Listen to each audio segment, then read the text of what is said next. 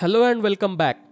In this lesson, we will set up the Node.js project and install the Revise SDK. So to check if the Node.js is installed in your system, open the terminal or for Windows the command prompt and type node-v. This will print the version of currently installed Node.js, otherwise the message that node not found.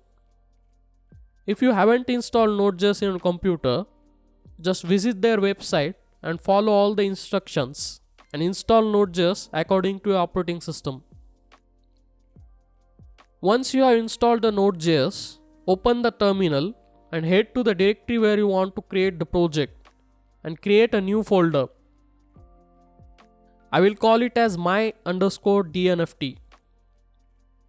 Open this folder and initiate the Node.js project with npm init command. This will ask few details about the project. You can fill them, but we can also skip the process by just hitting the enter button. At the end, you can find the package.json file is created.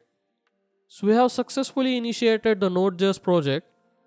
Now let's install the Revise SDK. To install the Revise SDK, use npm install revise-sdk.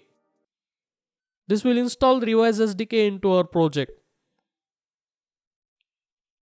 If you are new to the Node.js, then you can directly clone the GitHub project. The link is given in the footnote of this lesson. After cloning successfully, just head into the project directory and use npm install command. It will automatically install the Revise SDK for us. Now that's it for this lesson. In the next lesson, let's create the NFT collection and add the first NFT to the Revise network. See you in the next lesson.